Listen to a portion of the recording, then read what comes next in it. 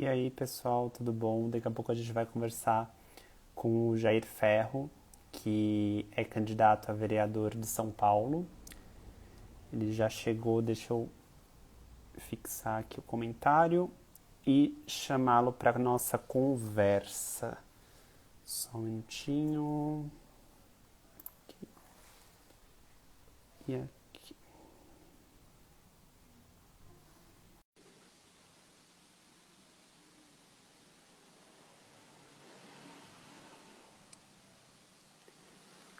Olá, Jair, boa noite, tudo bom? Oi, Vitor, boa noite. Você tá bom, homem? Como tá a vida por aí? Tudo certo, tudo um pouco restrito, né? Mas tudo Sim. bem. E por aí? Tô bem cansado esses dias, essa reta final da campanha.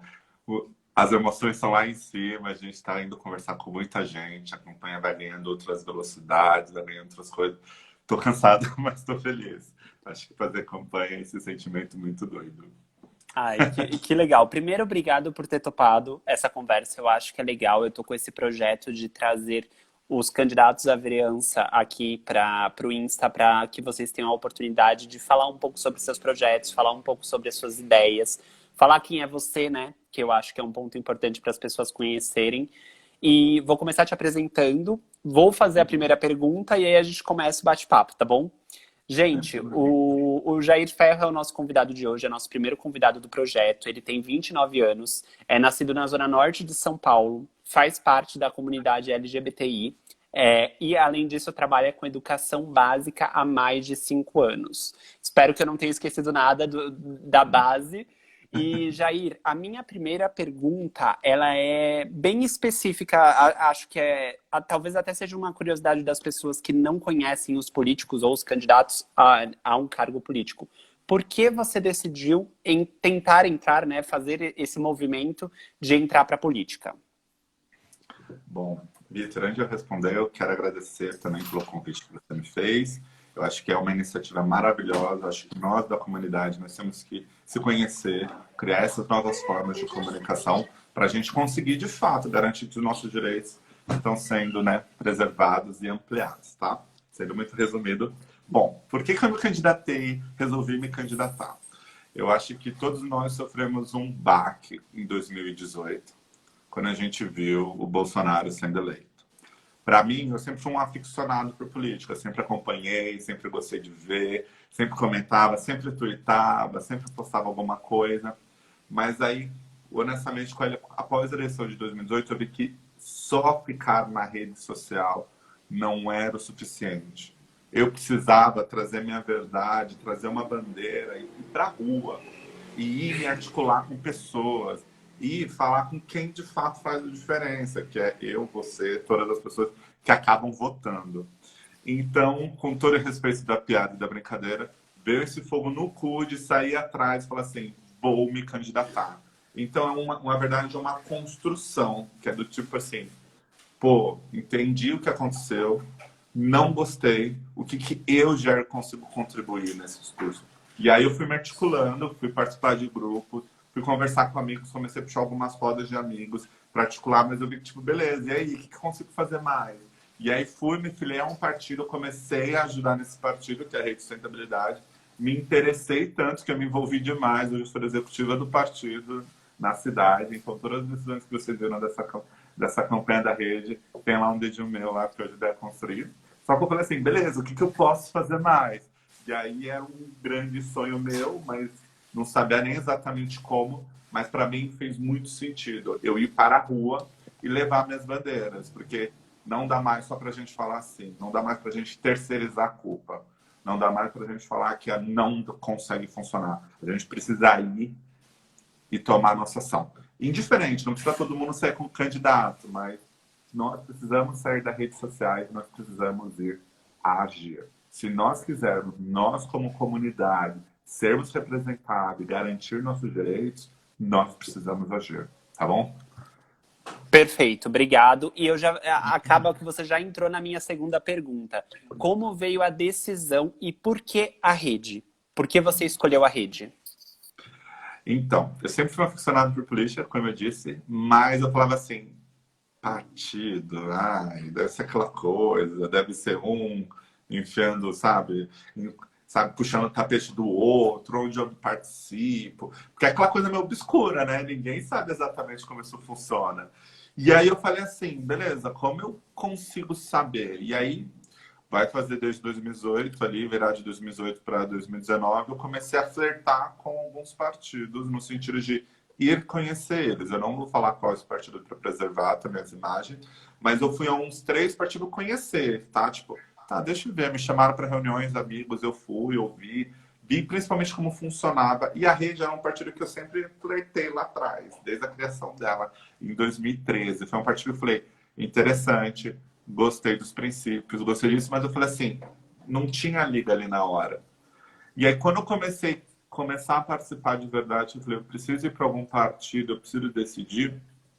A Rede foi para mim uma coisa quase natural. Porque quando eu fui falando, isso para mim não serve, isso para mim não serve, isso, essa forma de agir também não serve, eu falei assim, pô, e a rede que eu sempre gostei? Vamos ver como é a rede de verdade? Deixa eu ver se tudo que está lá no, né, no manifesto dele, no estatuto, que aqueles ideais, é de verdade. E assim, para minha surpresa positiva, cara, a Rede é um partido que eu sou suspeito para falar, eu sou dele, mas assim, sou da executiva municipal do partido, mas assim, é um partido demais a conta. Eles têm alguns princípios que para mim são valiosos demais, que um é pluralidade.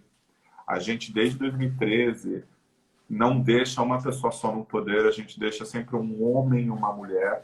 A gente chama isso de a paridade de gêneros, que agora partidos estão fazendo. A Rede faz desde 2013. Ela tem o que a gente chama de porta-voz, não é presidente. Se é uma mulher com mais idade, é obrigatoriamente ser um homem mais novo. E se é um homem mais velho, é uma mulher mais nova.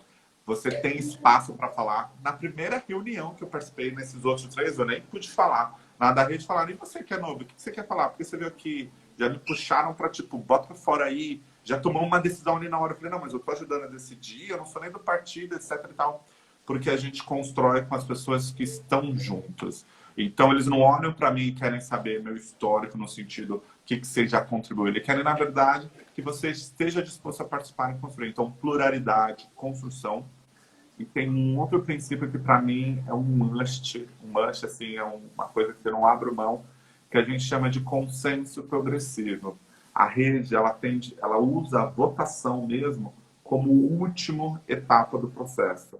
Porque ela entende o seguinte, se eu e você não conseguir chegar num meio termo, é porque nós não soubemos construir a nossa diálogo.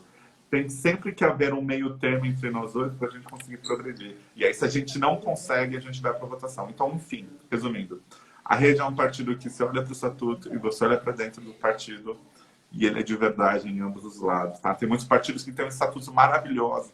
Com ideologia, você fala, caralho, é isso. Quando você chega dentro do partido, é aquele partido tradicional, que um cara fala, todo mundo aceita, que reuniões é feito só com quem é do partido, quem é de fora, você é um alienígena. Então, assim, fazer construção de base, de pauta, de partido no Brasil, eu me senti extremamente acolhido pela Rede. E fez todo o significado, ainda mais dentro de mim, porque eu estou querendo trazer a minha verdade, as minhas emoções, as minhas pautas. Eu preciso de um partido que eu possa me expressar como eu sou. Perfeito, muito boa resposta. Eu estudei bem as suas pautas, o que você defende, e vou querer que você fale um pouquinho sobre cada ponto. Vou Claro. começar com o que você destaca primeiro mesmo, que é representatividade e igualdade. E aí você destaca algumas populações específicas dentro desse tema. Você coloca as mulheres, a população preta e a população LGBTI+. E eu queria que você falasse um pouquinho sobre isso. Eu vi também que no seu documento oficial você traz os dados do mapa da desigualdade de São Paulo. Achei isso muito legal, que é uma coisa que poucos, não só pessoal da cidade de São Paulo, mas as pessoas não sabem muitas vezes que existe. E que todo ano é divulgado e todo ano dá para você ter uma ideia de como estão os bairros da cidade de São Paulo. Então, queria que você falasse um pouquinho sobre essa pauta que você, se eleito, vai defender e o que você pensa sobre ela. Claro, eu acho que antes de começar, quando a gente começou a montar o programa de mandato, isso foi uma coisa que eu não abri mão. Não vou montar um programa de mandato sem dados. De onde vêm as minhas dores? Quais são os dados que corroboram essas dores? E, enfim, no Brasil, em geral, é muito difícil encontrar dados, mas a gente tem excelentes pesquisas que são feitas. Uma dessa, que você já citou, é o Mapa das Desigualdades. Saiu, inclusive, dia 28 agora, eu acho que é a versão 2020. Então, o meu programa de mandato não é super atualizado assim, então ele não foi atualizado ainda com 2020, ele está utilizando o último dado que foi de 2019. Mas foi isso. Quando a gente começa a olhar para uma cidade que ela tem populações específicas, a gente precisa ter duas coisas nesse eixo, a representatividade básica, que é acolher e valorizar.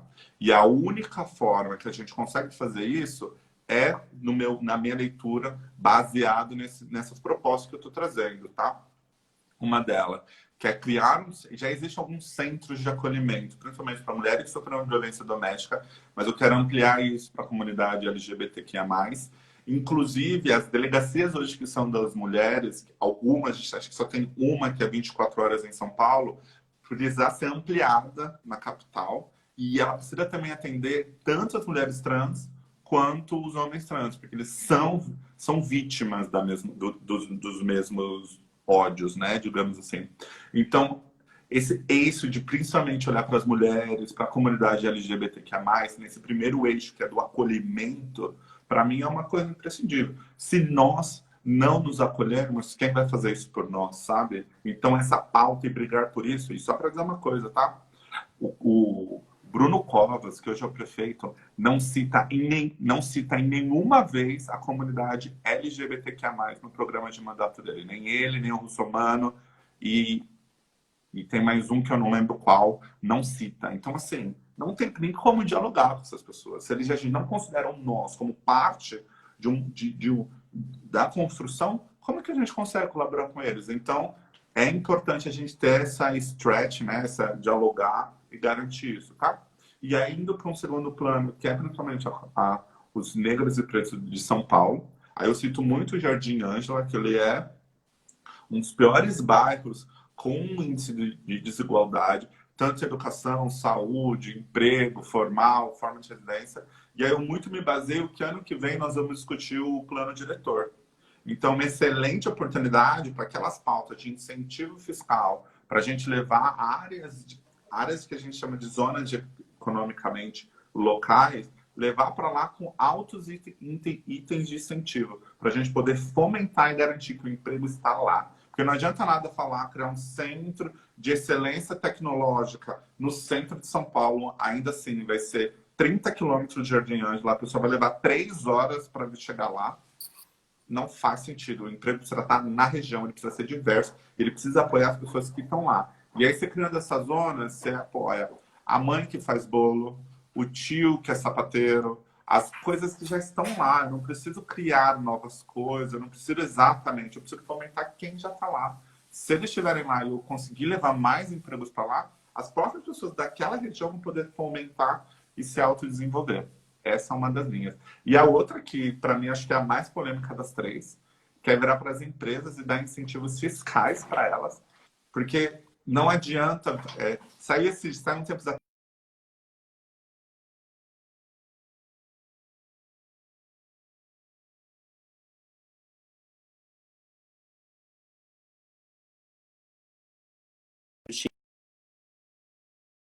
Continua, tá?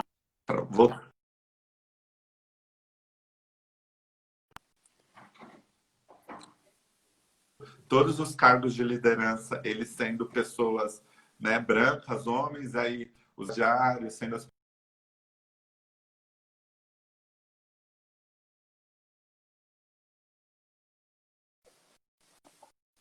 Só mais um minutinho, pessoal. Oi? Oi, Jair. É que o seu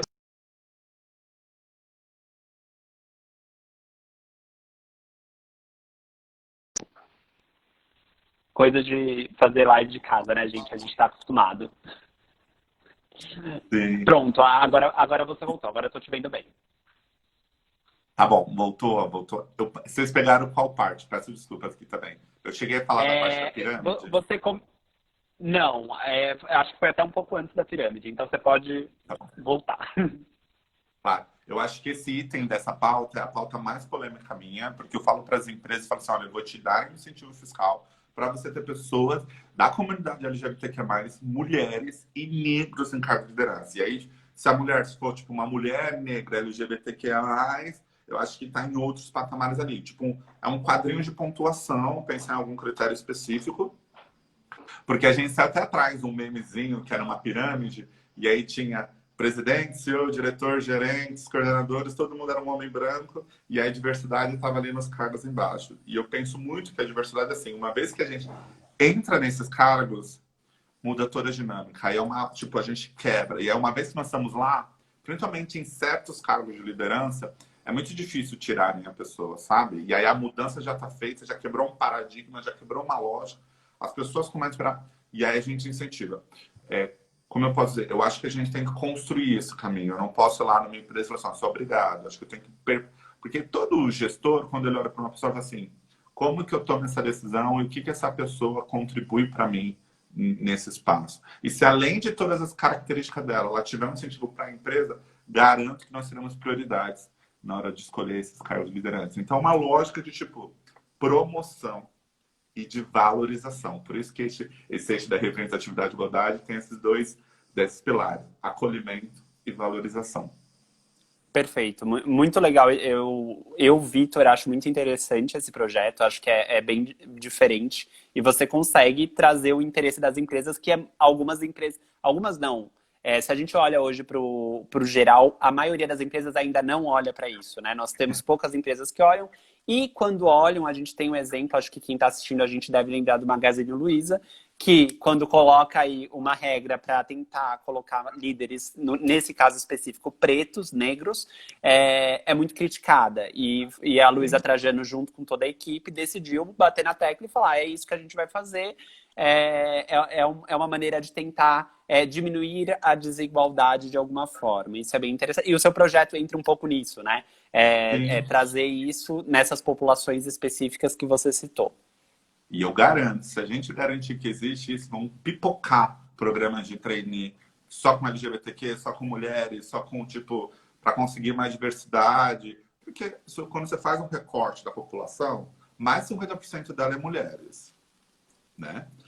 A comunidade LGBTQ+, é mais ou menos uns 10% da população. Estou falando em 20 milhões de pessoas no Brasil, que é muita gente. Aí a gente não tem um censo, falam de 10 a 20. Eu estou no conservador falando 10. Quando a gente fala da população negra, nós somos a maior população negra. E quando a gente faz recorte para instituição privada, nós não estamos lá. Nenhum dessas pessoas são representadas lá. Então, tipo, o que nós estamos fazendo de errado, sabe? O que tá errado nessa estrutura? Vamos mexer, vamos garantir. E sim, vai ter que mexer em privilégios. E a gente precisa estar muito ciente dos privilégios. Mesmo assim, eu sou gay, homem branco. Tipo, a gente precisa entender. Tipo, talvez na hora que for numa conferência vai ter um homem negro, talvez passe na frente. Mas, ótimo. Eu preciso saber meu privilégio histórico também. Acho que essa consciência de, não é nem classe, consciência racial, histórico, sabe, socioeconômico, se nós não tivermos, nós nunca vamos evoluir. Mesmo tendo essa proposta de valorização geral, eu preciso ter essa consciência, porque a gente precisa valorizar todo mundo. Perfeito.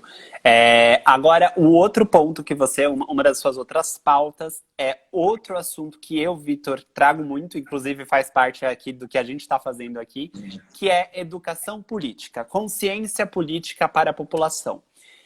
Por que você traz essa pauta? Por que você acredita que ela seja importante? E o que você pensa em fazer sendo eleito vereador? Bom, como eu falei, eu sou aficionado em política e eu entendo que a política mudou a minha vida, mas não a política candidato, mas a pessoa que se propõe a entender como o Estado funciona, a garantir que a gente consiga falar mais sobre isso. Meus amigos sabem, toda mesa de bar eu sentava, começava a rezar a cartinha, o que nós vamos falar de política hoje, e o que acaba lá meus 3 itens. E não é político no sentido de tretar, mas não político assim. Mas o que você acha sobre isso? Como a gente constrói? E aí eu sempre percebia que nem todo mundo tem todos os conhecimentos sobre como o Estado funciona. Cada um tem uma percepção dada às próprias realidades.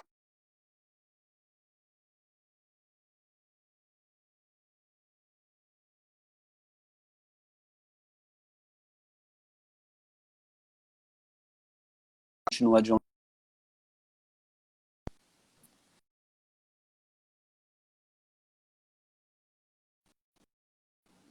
Você travou de novo. Esperar mais um minutinho. Acho que todo mundo já se Oh, adaptou, desculpa. né? Ai, faz Ah, parte. gente, peço desculpa, acho que minha internet hoje... Alô, Viva! Alô, hello, Viva! Me ajuda. Bom, mas eu parei, estava falando ali da construção, dos meus amigos da lista de bar, etc e tal. E aí, quando eu olhava para aquilo, hoje, como a gente olha para o Estado é um grande bicho, grandioso, que ninguém entende muito bem. Ele manda na nossa vida, ele cuida de algumas coisas, mas eu não sei como dialogar com ele. Eu não sei como garantir. E para mim, essa pauta de educação política é assim, é a base de tudo que eu quero construir. Se nós soubermos como o Estado funciona, nós começamos a dialogar melhor com ele, conseguimos garantir nossos próprios direitos e a gente consegue articular. Imagina que lindo seria se todos nós soubéssemos como o SUS de fato funciona. Porque a gente vê agora esse monte de post, mas a gente não entende ainda como ele é exatamente financiado. A gente não entende toda a estrutura de um posto de saúde, da farmácia popular que está dentro, das famílias inteiras. A gente não entende isso, o porquê tem eles. Imagina se isso estivesse na escola e nós crescêssemos sabendo o quão isso é importante. Qual essa estrutura é feita. E não só, tipo, porque a política foi uma política de fulano. Não, é tipo assim, como está estruturado. Se eu tiver um problema na minha rua, com uma árvore, com quem que eu falo? Não, mas por que? E por que ele e não o fulano de tal?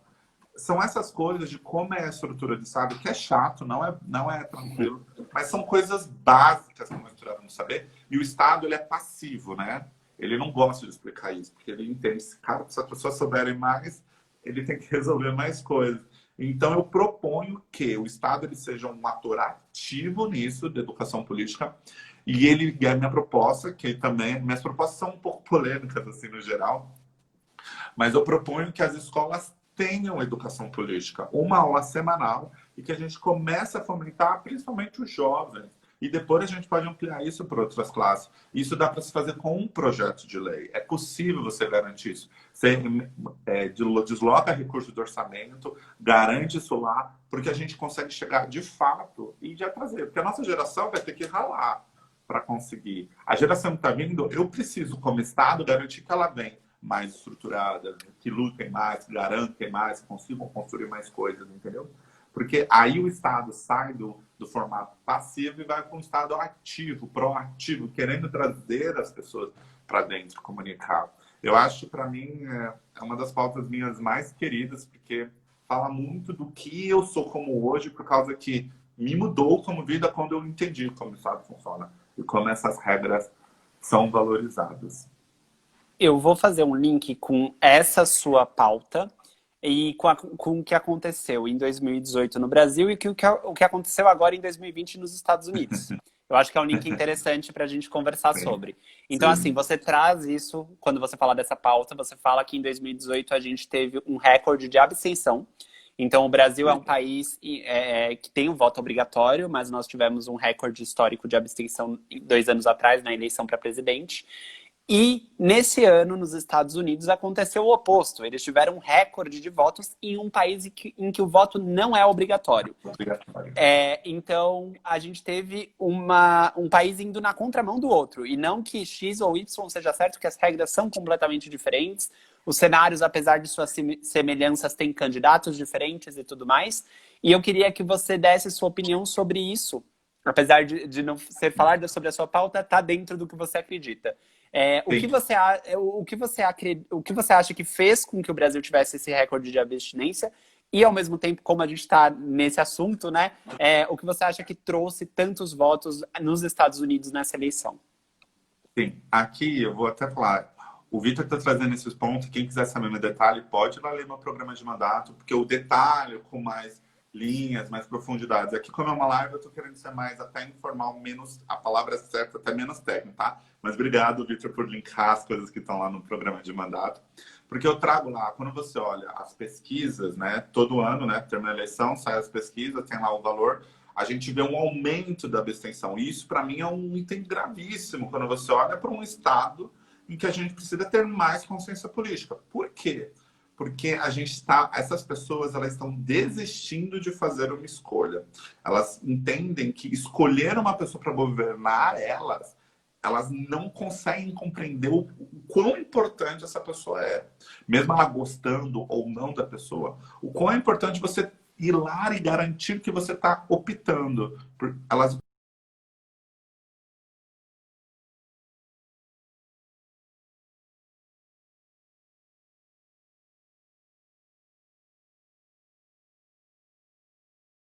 Faz parte.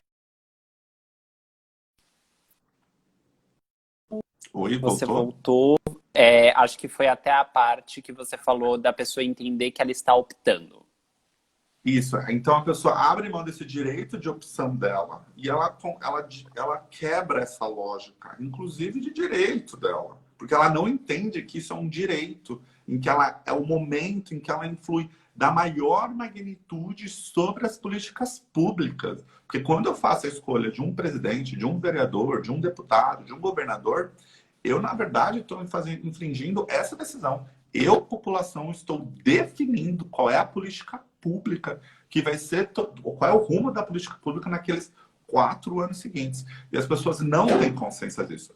E é um pouco diferente hoje do que está acontecendo nos Estados Unidos, né? Os Estados Unidos está tendo esse recorde de eleição, tanto para o Trump, tanto para o Biden, ambos do lado, no contexto geral total, mas para ambos e só, porque, na verdade, ali tem dois eixos.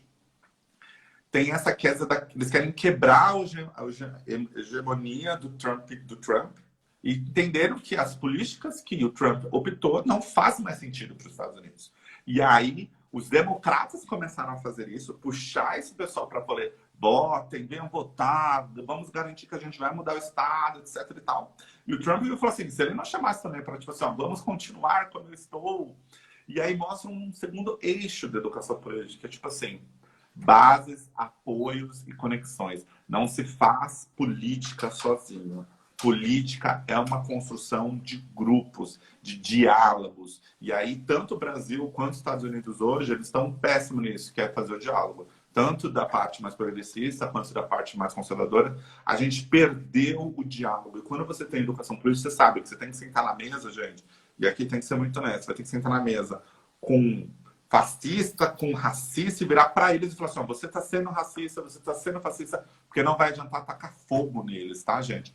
A gente precisa criar pontes, não muros. E isso, para mim, é o mais duro, porque às vezes dá vontade de pegar a gente, fiscar o fósforo e jogar, mas não dá. Isso faz parte da educação política. A gente precisa construir diálogos, porque senão a gente não consegue se articular, a gente não consegue criar essas construções. Então, a minha leitura é essa, tá? É uma importante porque eles já entenderam aonde de fato impacta e eles estão falando do principal cargo deles lá, que é a presidência da República, né?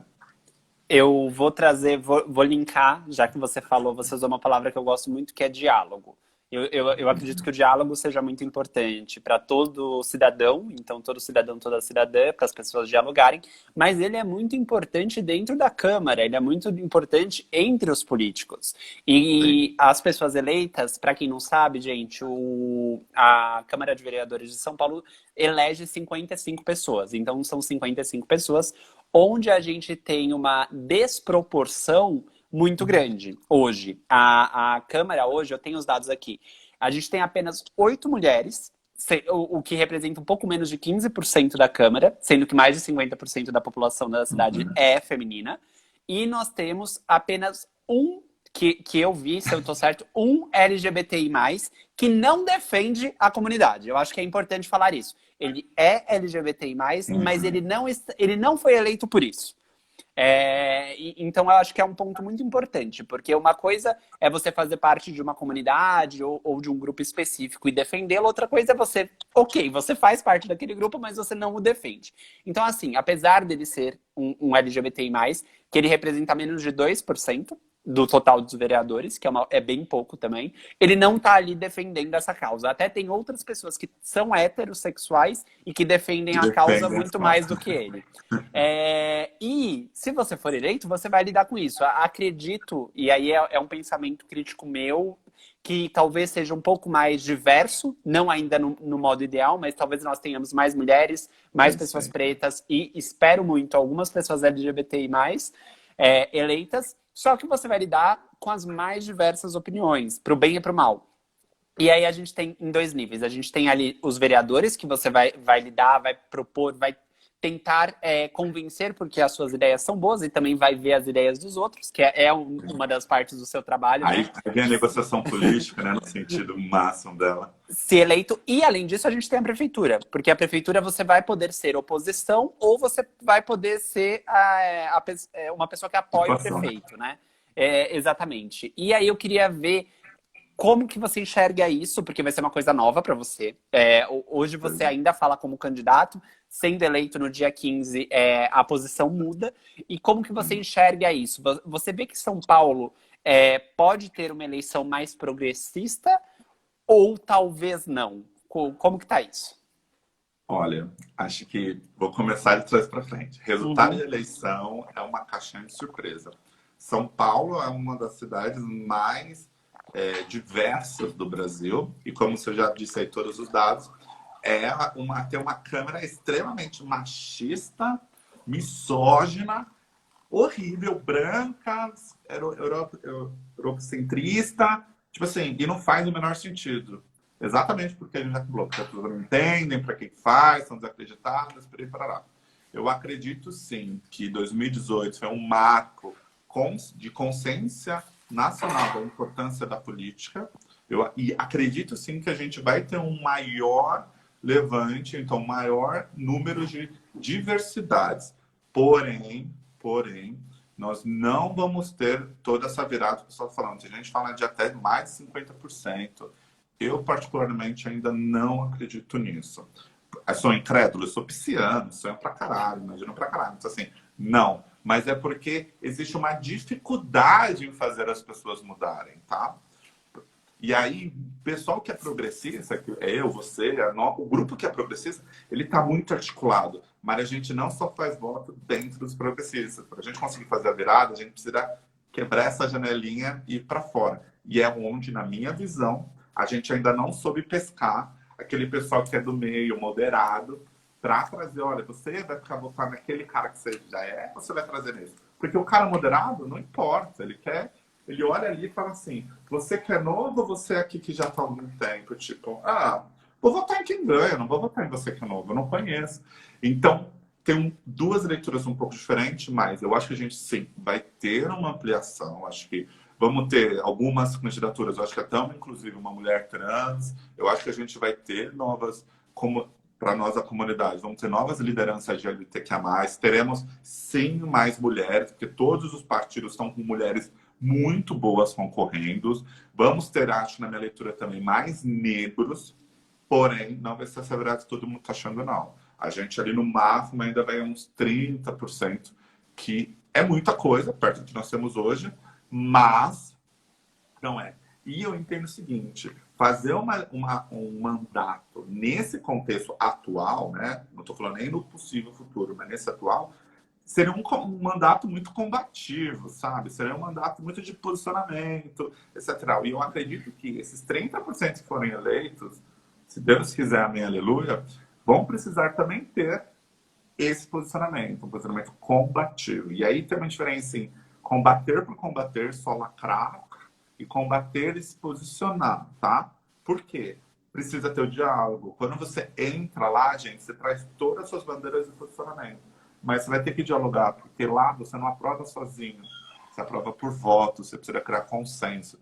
Se a prefeitura ainda for um governo mais conservador, inclusive um governo Covas, que o pessoal acha que ele é bonzinho, inclusive um governo Covas, que não fez nada para nossa comunidade, só esquece disso, sabe? Ele é só, tadinho, ele só está passando por uma transição muito difícil, mas ele não é essa pessoa bonzinha pensando em pautas que foram propostas.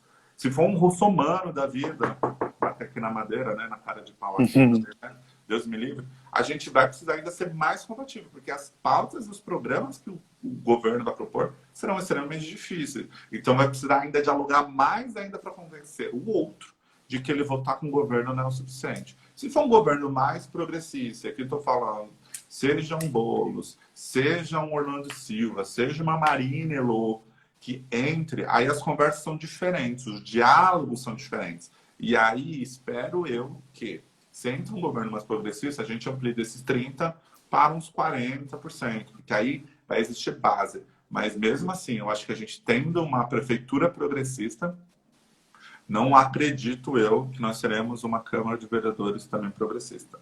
E aí vem a segunda parte, me candidatei, consegui, se eu for eleito, vou estar lá, pode garantir que eu vou ser esse mandato combativo, mas se eu não for eleito, o que, que nós vamos fazer? É ir para cima da Câmara dos Vereadores. É ir lá participar da audiência pública, é falar com o vereador, é ligar para o vereador, mandar e-mail para o vereador, cobrar ele, porque aí a gente tem que fazer a nossa parte. Vamos sair das redes sociais e vir para o mundo real, de verdade, onde as coisas acontecem, os votos são feitos, tá bom? Mas tudo isso com diálogo. Eu tenho um pouco, eu tenho muito me dói, assim, até fisicamente falar isso, mas tipo, as pessoas querem muito, não vou negociar com ele, não vou falar com ele, ele não merece minha voz. Tipo, se você tá nesse lugar, você precisa entender que você não está fazendo política, você está só apenas lacrando. Você precisa sair desse lugar e vir para o diálogo. E ir para o diálogo é você estar aberto, a pessoa fala assim, você está errada, você é ruim, você não tem que fazer isso. E é daí que você começa, de fato, a fazer política. Quando você só está querendo fingir que você está certo, que você nunca vai conversar, você nunca vai precisar das outras pessoas, você não está fazendo política, tá? E é isso que a Câmara precisa, indiferente dos lados quem foi eleito. Sim, eu vou fazer um complemento para nossa audiência, mas é exatamente isso, gente. Muita gente, normalmente quando você tem o seu ciclo de amigos, é natural você ter um pensamento parecido com o seu ciclo de amigos. Na maioria dos casos, óbvio que há exceções. Mas se você é mais progressista, você tem pensamentos mais progressistas. Se você é mais conservador ou liberal, você vai ter pensamentos mais assim. E você acaba se fechando para os pensamentos diferentes. E, na verdade, uma das riquezas do ser humano é a possibilidade do diferente. Então, por mais que digamos que você seja progressista e tem uma pessoa liberal, você não precisa dizer não absolutamente para tudo. Vale o diálogo, porque você vai trazer coisas para ela e ela pode trazer coisas para você também. Então, só fazendo essa janela aqui, que eu acho que é mais ou menos isso que você estava pensando também. Sim, e eu até faço, eu vou trazer um exemplo real da minha vida. 2018, eu via meus amigos divididos. Tinha um grupo de amigos enorme, que para mim eram tudo meus amigos, e aí eu comecei a ver a pessoa, esquerda, direita, começou a se posicionar. E aí eu acabei ficando num grupo que, você imagina, eu vou contar só o pretexto, nada contra aqui, tá? Mas são engenheiros, são brancos, homens, aí tem umas mulheres ali que são, tem minhas amigas, algumas amigas, etc e tal. E eu acabei sendo a cota gay. E eu sou tratado como comunista, assim, sabe? Então, eu sou a cota gay comunista do grupo. Então, quando você entra ali... Só que eu podia ter muito bem saído. Tipo, pra mim, não fazia bem. Se eu fosse, sabe, isso aqui, não falar com essas pessoas, fizeram tudo errado. Mas eu continuei no grupo. E assim, continuei porque eu amava eles, gostava deles, porque eles são pessoas. Eles vomitavam nas redes sociais ódio. Vomitavam nas redes sociais ódio. No grupo ódio. E quando eu conheci as pessoas, eram pessoas normais, eram pessoas, tipo, normais, assim, né? Tipo, não olhava pra mim e gritava aquilo na minha frente, porque se esconde atrás das redes sociais. Só que aí eles perceberam que eu não arredei o pé dali. Eu não arredei o pé de estar ali dialogando com ele. De estar ali, eles falarem algumas coisas, eu falava, você tá errado, não é assim que se faz, não funciona assim, não é dessa forma que tem que se falar, não é assim, não concordo. E aí eu comecei a perceber que era um grupo, tipo assim, de 15 pessoas, e hoje eu já percebo que, tipo assim, tem 4 ali que, enfim, eu dialogo muito pouco com eles, porque eles não querem dialogar comigo, já é quase um debate. Quando eu falo, eles não nem pensam. Se eu falei A, eles vão falar B, acabou, enfim, XPTO. Mas os demais já entenderam que, tipo assim, eles foram muito extremistas, entenderam que eles não... Eles entenderam você, né? Eles erraram. Então, assim, quando a gente saiu do debate, eles ocuparam todo o espaço. Então, isso é um erro estratégico, inclusive do progressista, de não estar nesses lugares para dialogar. É difícil pra caralho. Eu perco a paciência quase sempre. É fácil você ver a pessoa falando uma merda e você não querer responder ela? Não. Mas assim, você quer fazer política ou você quer brincar que tá certo? Aí vem uma diferença muito grande. Vão fazer um curso de CNV, façam muito Zen. E eu, assim, eu não participo de todos os debates do grupo, porque eu não tenho assim, eu não tenho saúde emocional para participar de todos, mas todos que eu falar assim, esse não dá para passar. Eu entro, e aí o pessoal sabe, quando eu entro, eles têm que estar preparados. E uma coisa que eu falo muito forte, tá? A direita conservadora está se capacitando muito de dados, tá? Fontes, eu não faço a menor ideia de onde são as fontes, são confiáveis, às vezes eu não fui checar algumas fontes e não entendi nos fontes, mas elas estão descapacitando. O progressista ainda não está, ele acha que tipo, só ter o discurso bonito é o suficiente. Precisamos ir atrás de dado, precisamos ir atrás de fonte, a gente sempre bate do discurso científico, dos dados, mas nós não vamos, a gente não vai atrás da pesquisa da desigualdade, a gente não vai atrás dos dados que saíram do IBGE, eles são todos capacitando, tá? Então, no próximo debate, você tem que estar preparado para fazer isso. E eles estão estudando. E muita gente que é progressista não está estudando. E não é educação formal. É entender o que a ideologia fala. Se você é um progressista, mas qual nível de progressista? Você é um anarco? Você chega a ser um anarco ou não? Você quer que ainda, sabe? Entender quais são as diferenças. E eu não estou falando isso porque, olha, ai, Jair, maravilhoso ali, pesquisa todo dia. Não, muito pelo contrário. Mas são umas sutilezas de como eles estão construindo a forma de debate deles, que se a gente não for atrás e ocupar esse espaço, os moderados, que pra gente é quem de fato vai fazer a diferença, que às vezes é um pai, uma mãe, um tio ali que tá tipo, eu quero entrar nesse pico, que são os 20% lá que fizeram abstenções nas eleições, que optaram por não decidir, são eles que a gente tem que capturar de volta. Tem 30% da população que não quer falar de política. E se a gente trouxer para o nosso lado e soubermos dialogar com eles, bom, fizemos a virada de fato no país para um rumo melhor. Perfeito. Vou puxar agora para outro tema que você levanta no seu programa de governo, que é o governo aberto e a transparência. E o primeiro ponto que eu achei bem interessante, eu queria que você explicasse um pouquinho para o pessoal que está vendo e que vai ver mais para frente gravado, eleições diretas para subprefeituras. Como funcionaria isso e como é hoje? Sim, bom, vamos lá. O que é a subprefeitura, né? Porque, primeiro, antes de mais nada, essa pauta de governo aberto e transparência, eu trago uma coisa que é muito importante: participação. Se eu quero ter um governo melhor, eu preciso que as pessoas participem. Eu bato de novo na tecla.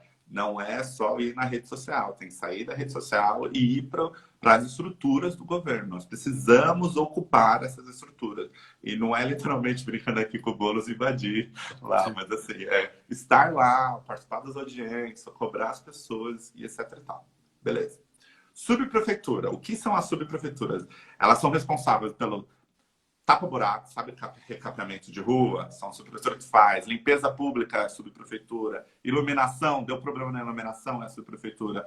Precisa podar árvore, é a subprefeitura. A praça foi reformada, foi a subprefeitura. A UBS, a escola da região que é reformada, é porque a subprefeitura pediu para ser priorizada. Posso então, levantar uma questão só para linkar com você?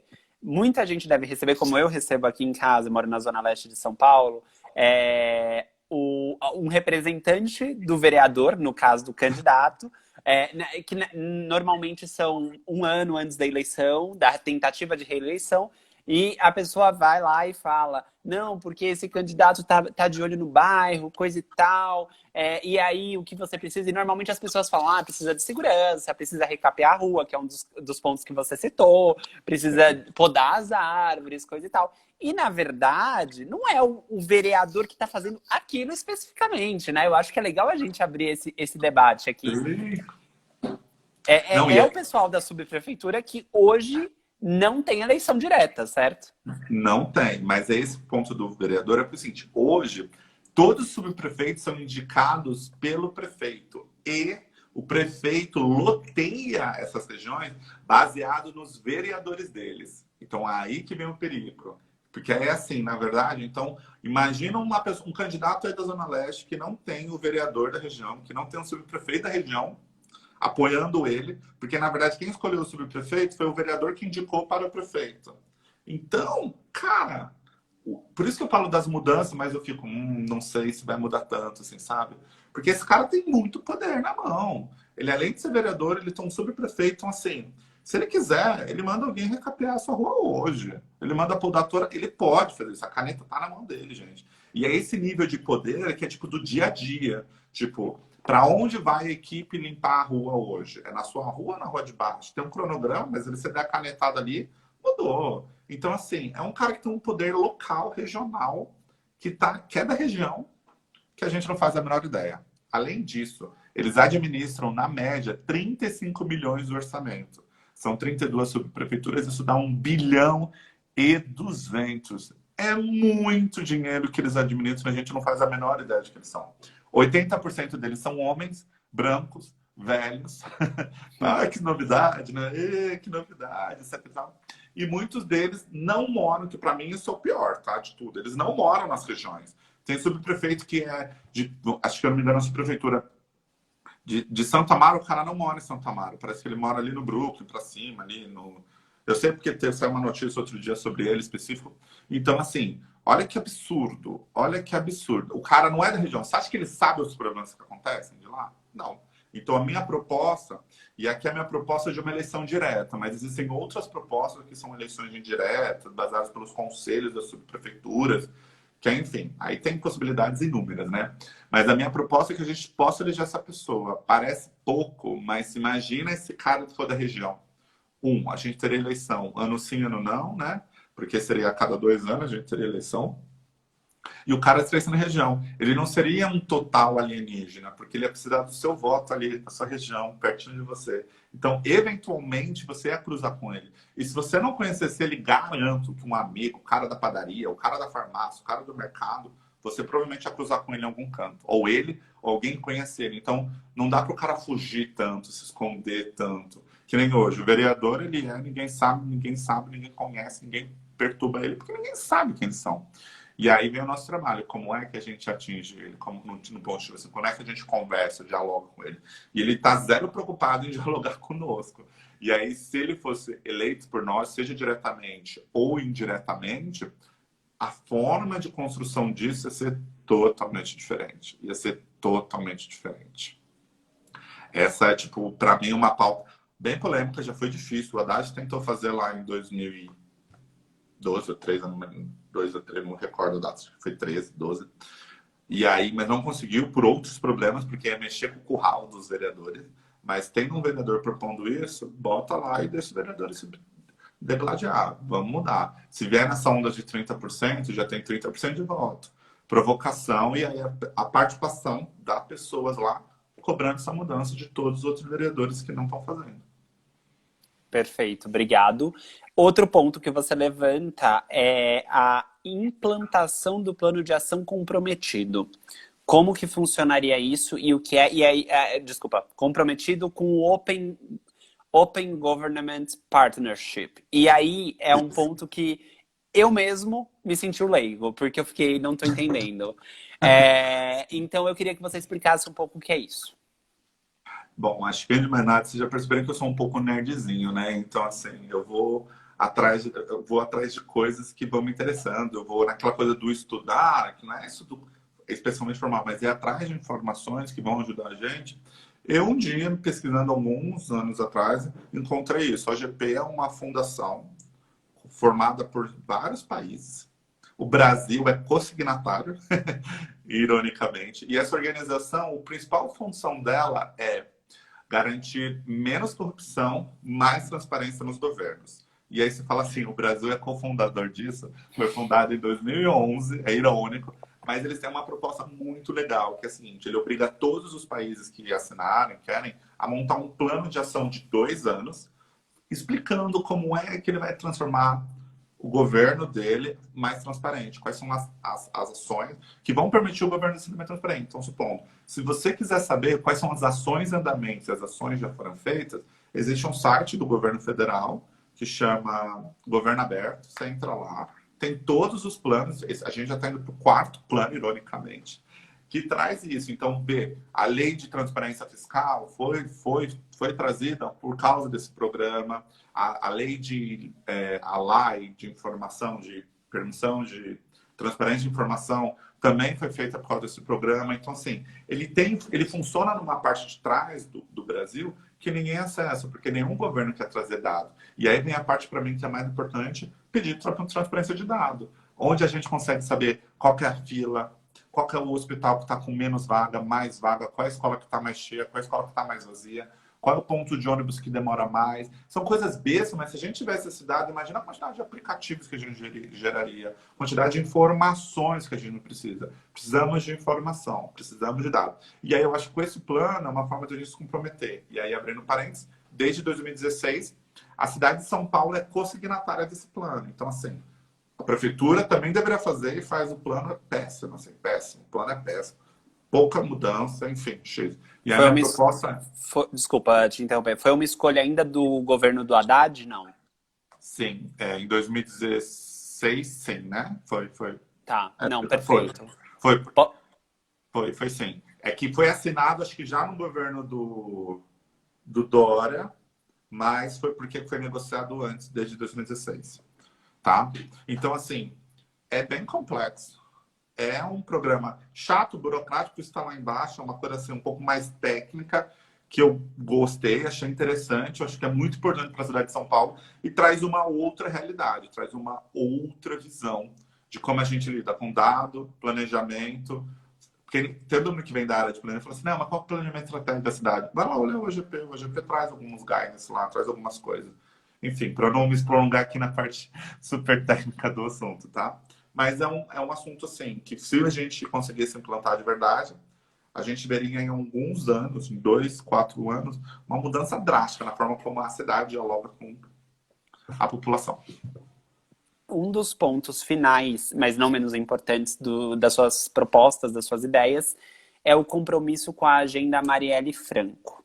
Queria que você falasse um pouquinho sobre essa agenda e por que você, se você for eleito, você vai seguir. Primeiro, Malieri presente. Acho que conseguir garantir esse legado dessa. Fico até emocionado de falar, porque foi uma violência drástica que aconteceu. Um representante, ainda uma mulher negra, preferia sofrer a violência que ela sofreu. É inimaginável em qualquer civilização consciente, social. E no Brasil, tem gente que ainda até amou, quebrou placa, se tornou governador quebrando placa lá no Rio de Janeiro. Então, primeiro, valorizar essa história, essa construção que a Marielle fez é muito importante. Quando me deparei com a agenda da Marielle Franco, eu quase que para trás, assim, maravilhoso, deixa eu ver o que é isso. Mas eu falei, será que isso, né, alguns compromissos que não vão dialogar comigo, né? Porque não adianta você assinar só porque você acha bonito para fingir que assinou, e quando você abre as propostas, os compromissos lá não faz sentido comigo. Quando eu abro a agenda da Marielle Franco e eu olho, o compromisso dela é garantir que a gente valorize a história do nosso país, as comunidades quilombas, as pessoas, as comunidades que já foram, as pessoas que passaram para trás, isso fala comigo, então eu assinei por causa disso. Quando ela fala que quem assinou a Agenda Marielle está compromissado em criar um gabinete diverso, seja em raça, mas também socioeconômico, isso dialoga comigo, né? Por que a gente não pode pegar um doutor que mora na periferia e trazer para dentro do gabinete? Por que esse seu doutor que mora aqui no centro, entendeu? Então, assim, tem gente qualificada em todos os quantos. Então, ela traz isso. Ela fala até uma coisa que é expandir, que ela fala muito sobre a gente dialogar com as organizações do terceiro setor. Porque tem muito vereador que cria e fica lá no mandato só falando com o governo, com os vereadores, e esquece da sociedade. Então, ela também traz isso como compromisso.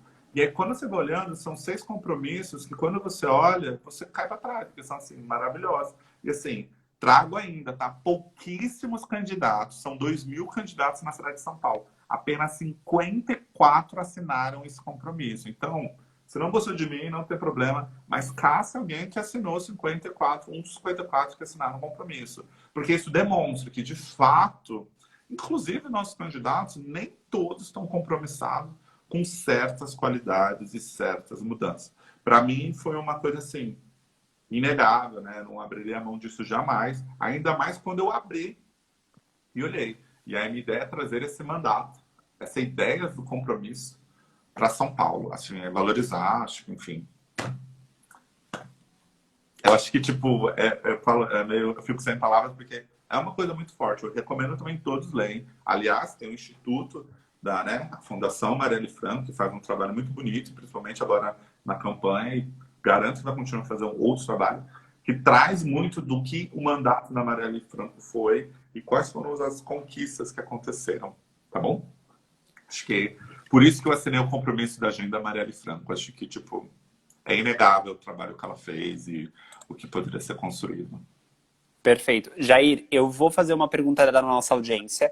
Vou pedir para você tentar responder em 1, 2 minutos, porque provavelmente o Instagram vai me barrar quando der 1 hora de live. E Tá aí, bom. depois da sua resposta, eu te deixo para as considerações finais do que você quiser deixar de recado, tá? O Douglas, Fechou. ele perguntou se você pretende trabalhar muito mais focado em alguma região de São Paulo e quais os focos para o seu primeiro ano de mandato, se eleito. Bom, primeiro, eu sou da região oeste, né? Eu acho que, tipo, você é eleito por uma base. E aí você é eleito por uma base, só que no momento que você entra lá, suas pautas elas são para a cidade. Toda a sua votação não é para uma região específica, ela é para uma cidade. E isso fala muito de um diálogo. Então, minha votação não vai ser, nenhuma decisão minha vai ser feita exclusivamente para a região oeste, e sim para a cidade de São Paulo. Isso é uma franqueza, porque eu falo isso para todo mundo, inclusive quando eu estou pedindo voto. Olha, eu sou da região, mas eu vou decidir pela cidade, tá bom? Porque senão você não quebra essas diferenças, você não quebra essa desigualdade, tá bom? Os meus primeiros compromissos para o primeiro ano de mandato vem muito dois, principalmente, tá? Ampliar a participação e ampliar a educação política. Porque eu acho que se eu quero ter um mandato em que as pessoas participem, eu preciso puxar elas. Não adianta cobrar da prefeitura isso se o meu mandato não fizer. Então, é criar conexões, tanto com organizações sociais. Então, supondo, eu entrei no mandato, a primeira coisa que eu vou fazer é ligar para todas as organizações sociais da comunidade LGBTQIA+, bater uma conversa e qual é o diálogo que a gente precisa construir e criar primeiro essa conexão. Eu fazer isso mesmo, não é um assessor fazer, é eu ir atrás dessa pessoa. Para indicar que, ó, existe um canal aberto. Dois, como eu levo a parte da educação política para as pessoas de alguma forma? Como eu garanto que meu mandato vai estar aberto para essas pessoas poderem entrar e participar? Aqui em São Paulo, eu tenho o mandato da Marina Elô como deputada estadual, que vamos espelhar muito nisso, na realidade, e nos compromissos da agenda Marielle Franco, que também falam da participação das pessoas. Resumir aqui, fiz um... Só, então é muito isso, participação. Porque a partir do segundo ano eu consigo abrir aspas e ir para a luta, no sentido de qual é o programa, de qual é a lei que eu vou aprovar, etc. E tal. Você precisa construir toda essa estrutura para você conseguir avançar, trazendo as pessoas. Sempre com pessoas, nunca sozinho. Obrigado pela sua resposta. Acho que foi bem completa. E agora eu vou pedir para você fazer suas considerações finais aí em um minutinho e meio, do que você quiser para nossa audiência, para quem for ver o vídeo agora antes das eleições. Tá. Primeiramente, aquele ger não, esse ger sim. Esse é meu slogan de campanha que eu uso, porque a gente precisa se posicionar baseado no quais são os valores que nós apoiamos, quais são os valores que nós não apoiamos. Peço que votem 18088, agora dia 15, porque se você quer fazer uma mudança e você ainda quer ser o ator pós-eleições, você precisa votar em candidatos que antes da eleição já estão pedindo para você participar. Estão pedindo para você ir pesquisar, estão pedindo para você ir se capacitar. Eu não quero ser aquele candidato que vai falar: venham porque eu vou fazer por vocês. Não, vocês vão fazer porque vocês vão ser vocês que irão cobrar de mim e é por vocês que vocês irão participar, tá bom? Então, primeiro, votem 18088 para fazer uma mudança progressista. Garantam que seja esse o GERSIM e garanta que seu candidato tenha um programa de mandato consistente. Não adianta ele falar bonito, não adianta ele ter apoio de todo mundo, lacrar nas redes sociais, mas ele não mostrar para você como é que ele chegou nessas propostas, como é que ele pensou todas essas pautas. Não dá mais para fazer política, mesmo que seja uma pessoa legal, por achismo, por ele falar: eu sei, eu já fiz isso, cadê? Me mostra de onde você tirou, me mostra o que você fez, como você pretende chegar. Porque senão a gente vai cair no mesmo. A gente sai de um cara que é um velho branco e vai para uma pessoa que trabalha no achismo. Sabe que a gente não vai conseguir? Diálogo. E a gente sabe que a gente não vai conseguir se não tiver diálogo? Construção. Então, conto com o seu voto. Estou trazendo a minha verdade, que é essa, esse Jair, que é realmente sorriso, que é meus amigos sabem, eu gosto de falar pra caramba. E quero agradecer a você, Vitor, por me dar essa oportunidade. Acho maravilhoso essa iniciativa que você está fazendo. Por favor, continue, casse outros candidatos. Se os outros candidatos puderem, pode me ligar de novo, a gente faz um outro bate-papo, porque eu acho que é importante ir entrando mais níveis, porque é a única forma das pessoas conhecerem os candidatos. E assim, é voto a voto, gente. Essa coisa de, eu vou votar nele porque eu vi ele na TV, vai atrás dele, onde ele falou. Você gosta da forma como ele apresenta as ideias? Você gosta da forma como ele articula a ideia? Vai ver uma live dele, vai ver um debate dele, pede para ele um vídeo explicando as coisas para você. Não dá para nós mais votarmos em alguém que a gente nunca ouviu, viu. Vão atrás, porque é vocês que vão fazer. E é o meu segundo slogan que eu uso: a mudança está a um voto de distância. E ela está na mão de vocês. Está até aqui, ó, no meu santinho. Ó, a mudança está a um voto de distância. Ela está na mão de vocês. Porque é vocês que fazem a diferença. Não sou eu, não é o prefeito, não é o vereador, não é as pessoas que já estão lá. É vocês. Se vocês quiserem mudar, vão atrás, convençam os amigos, falem com os amigos, parentes, cachorro, galinha, papagaio e votem. Votem 18088. Esse Gersim, tá bom, gente? Jair, muito obrigado mesmo. Foi muito boa a conversa. Acho que deu para você se apresentar bem. Agradeço muito por você ter topado, por você ter respondido todas as perguntas com toda a sinceridade. E, gente, pesquisem ele no Insta, procurem o plano de governo, quais são as propostas, vejam todos os detalhes e se vocês se identifiquem, votem. Votem consciente, votem em alguém que vocês pesquisaram, vocês se informaram e vocês se identificam. É muito importante, é por isso que a gente está aqui debatendo ideias, conversando sobre propostas. Espero que todos tenham gostado. E mais uma vez, muito obrigado, viu, Jair? Imagina. E eu falo ainda para você. Eu estou me apresentando. Se vocês não encontrarem, se vocês não gostarem de mim, vão atrás de candidatos que façam sentido. Porque a gente precisa conhecer os candidatos. Obrigado, Brigadão. Bia. Tchau, tchau, gente. Uma boa noite. Beijo de luz, gente. Se cuidem. Tchau, tchau.